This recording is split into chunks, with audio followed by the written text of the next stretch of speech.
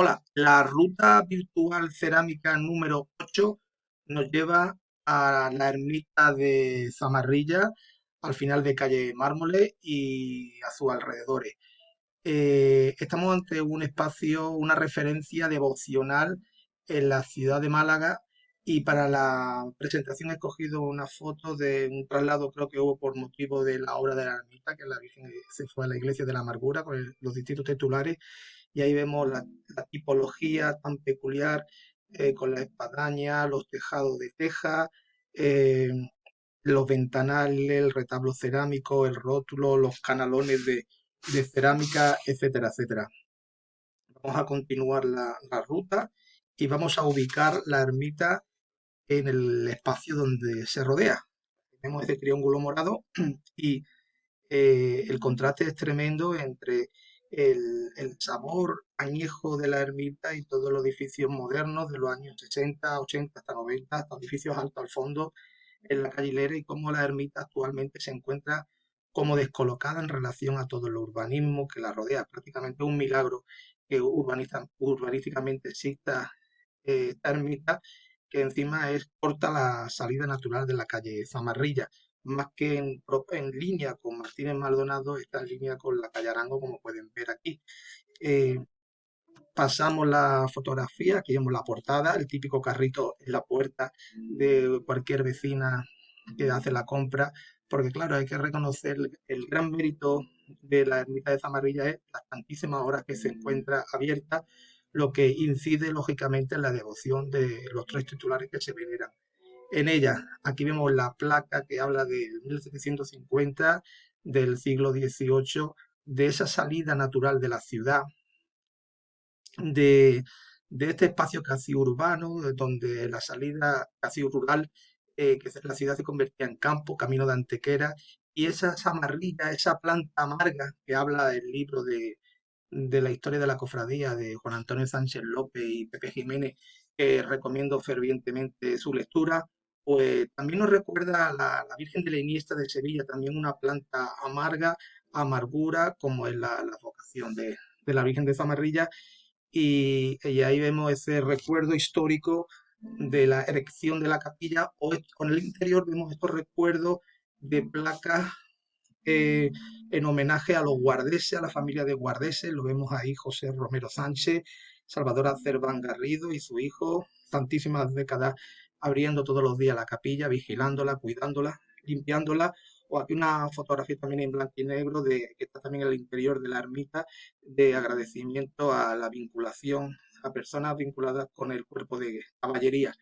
Y bueno, este es uno de los mosaicos más clásicos, más típicos de la ciudad de Málaga, del milagro de Zamarrilla. Lo vemos ahí en una letra casi infantil que habla del bandido Zamarrilla: arrepentido se postró a los pies de la Virgen, prendió con su puñal una rosa blanca, más tarde se volvería roja.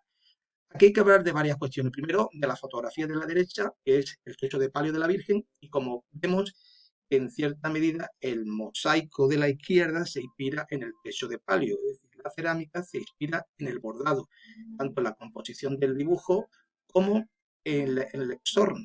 Como la rocalla de azul cobalto del bordado, el mosaico en cierta medida recuerda el bordado. Estamos hablando de tres mujeres, un taller femenino que trabajó, fue muy prolífico en los años 80, no eran ceramistas profesionales, sino aficionadas, y firmó como Cerámica 3. Estas tres mujeres, hay que reconocer su mérito, eran Blanca Montes, Pilar Bermejo y Marisa Rodicio. Aquí vemos la comparativa de la disposición de las dos escenas. Vemos el encanto del mantel que cuelga del altar de la Virgen, la mano implorante de ella.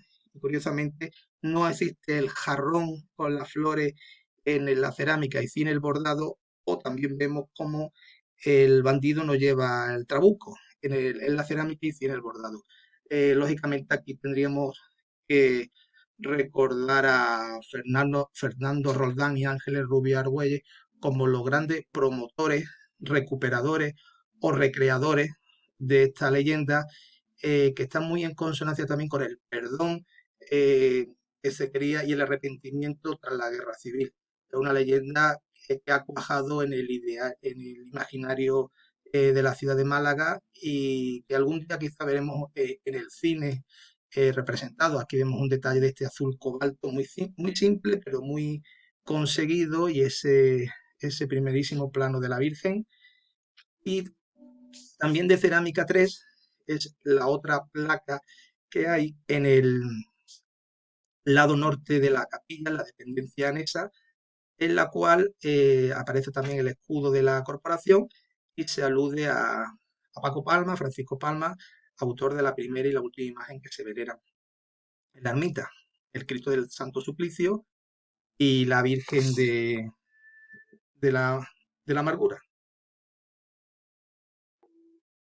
En este caso también hay que referir la autoría del diseño del pintor Virginio Galán y asimismo el trabajo en barro de Antonio Leiva, un escultor malagueño en el cual, digamos, resume en tan poco espacio la esencia de cómo Paco Palma, lo vemos aquí en la derecha, cómo Sala crea el crucificado de los milagros. Es una pieza realmente curiosa porque vemos que se mezcla la cerámica con el modelado en barro. Seguimos pasando fotografías, esperemos que nos dé tiempo a todas, porque Zamarrilla, por su gran devoción, tiene muchas imágenes. Y aquí vemos en las décadas de los 90 este majestuoso mural que se encuentra junto al portón del Salón de Tronos de la Casa Hermandad. Salvador Valencia lo hace en los años 90, fallece poco después, un pintor sevillano en la nómina de Cerámica Santa Ana, del horno trianero, maestro en cierta medida de Patricio Zabalas, que fue, podemos decir, otro pintor de nómina que fue su discípulo. En este mosaico vemos a la derecha, curiosamente, mosaico dentro de mosaico. En la representación de la ermita, y aquí lo vemos ampliado, se ve abocetado un mosaico con sus faroles y su tejado. Y centrándonos en las imágenes, pues el resultado verdaderamente es soberbio. Aquí vemos los primeros planos de ambas dos. La Virgen y el Cristo compaginan perfectamente, pese a sus distintos tamaños, distintas proporciones, en un Stabat Mater que es el que se nos presenta habitualmente en la capilla. Vemos perfectamente cómo Salvador Valencia interpreta las distintas texturas de los bordados, la anatomía hercúlea del crucificado de Palma. Ahora bien, donde descolocan cierta medida este mosaico en esa orla tan escueta, y sobre todo en el motivo decorativo. Bueno, aquí vemos el traslado del Cristo de los Milagros con el mosaico al fondo, y aquí vemos la ermita, detalle de la rosa, detalle de las manos, y a lo que me refería es aquí tenemos la firma, año 95, y vemos aquí la leyenda en la cual habla del verdadero retrato del centésimo Cristo de los Milagros, curiosamente en minúscula milagro, pero un pergamino que intenta retrotraer otros tiempos y quizá lo que descoloca más este paisaje que más que de pasión parece un paisaje belenístico, pero en cierta medida estamos ante un mural, lo volvemos a ver, un mural ciertamente rotundo y ya convertido en un clásico en el paisaje de la cerámica malagueña. Avanzamos y vamos a la otra obra que está en el lateral sur de la ermita, que es este Santo Suplicio, también de más o menos la misma época, también de Salvador Valencia, eh, una pieza de gran tamaño en la cual hay que destacar varias características, principalmente la verticalidad del Cristo, su hieratismo, ahí vemos su primer plano, y ha sido una imagen que durante tantísimos años ha estado sin salir en procesión, pero estaba presente en la calle, entre los vecinos. Eh, esta verticalidad, estas líneas, estas pinceladas horizontales o verticales, quedan en cierta manera contrarrestadas con este juego de movimiento del cíngulo, de los nudos que parecen casi en movimiento. Sorprende también ese paisaje, el paisaje de Málaga, una Málaga en cierta medida idealizada.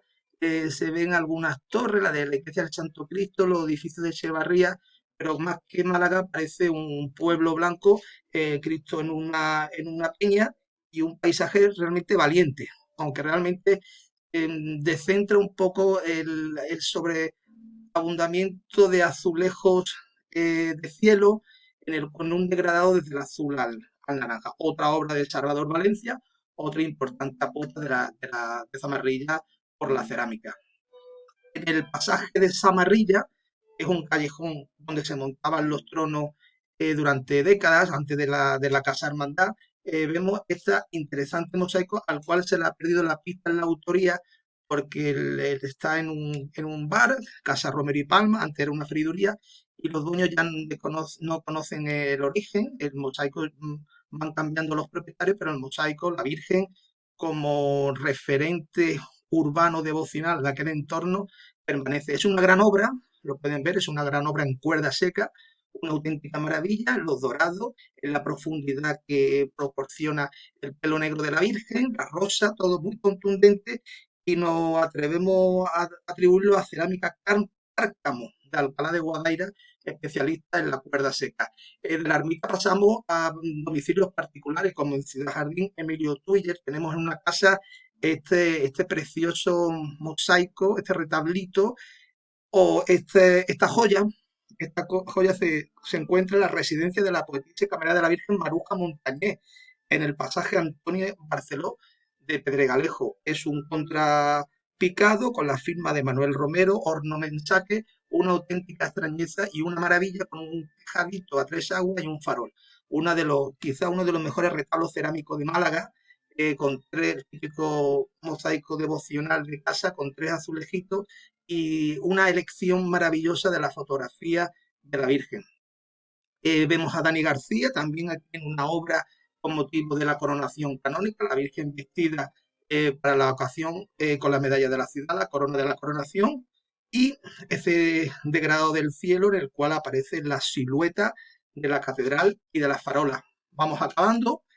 La iglesia de la Amargura, eh, digamos, la sede canónica de la ermita, tenemos esta joya, esta vidriera que se ve mucho mejor, lógicamente, desde dentro de la iglesia, de los talleres de Maumejean en Madrid. También tenía sede en San Sebastián y en otras ciudades, son de origen francés y sin duda estamos ante la vidriera de una imagen devocional de Málaga, mejor con diferencia. Fíjense simplemente en cómo con el vidrio se consigue esa mirada, esa textura de la Virgen o esa caída del manto, realmente una auténtica joya.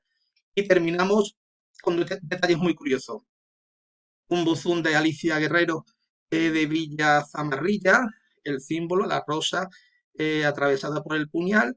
Y curiosamente, y terminamos con esto, vemos aquí el arco de campana del trono de la Virgen de la Amargura, que representa la ermita de Zamarrilla, y en esa ermita, en esa portada, en donde se ubica la placa en mármol que alude a la erección de la ermita en el siglo XVIII, se cambia y se coloca el mosaico de cerámica 3. Por tanto, estamos hablando de cómo la cerámica se inspira en el bordado en el caso de este mosaico y posteriormente pasa a orfebrería en cada Jueves Santo en el trono de la Virgen.